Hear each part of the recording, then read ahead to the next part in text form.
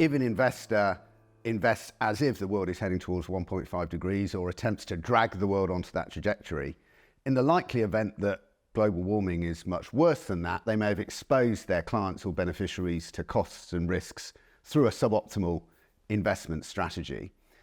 At the other end of the spectrum, because actually not a lot of investors will expose their clients to those sorts of costs and risks, there is the potential for investors to do things that look as if they're heading towards 1.5C, but aren't really, and that then exposes the industry to greenwashing risks. So on the one hand, we have something of a political backlash from groups who believe that investors are overreaching by pursuing climate goals that have not been democratically endorsed. On the other hand, we have regulators criticising investors for claiming to be contributing to climate goals when they're not. And I think we're seeing these pressures only growing.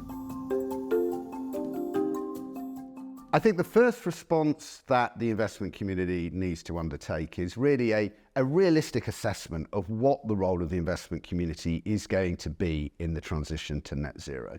So the investment community can certainly advocate for consistent climate policy. They can certainly support the implementation of climate policy and even act as an amplifier to what governments do. But they cannot lead or drive the pace of the transition. And I think that an honest realization and recognition of that will lead the investment industry to do some things differently and also to do some different things. But I think the starting point has to be the recognition of that realistic role in the transition. I'm actually quite optimistic. I think that it's been a bumpy period for the investment industry, particularly in the US, but even outside of the US, I think the recognition of this disconnect between some of the commitments that have been made and the reality has very much come to the fore in investors' minds. But I think that has led to a period of reflection and introspection.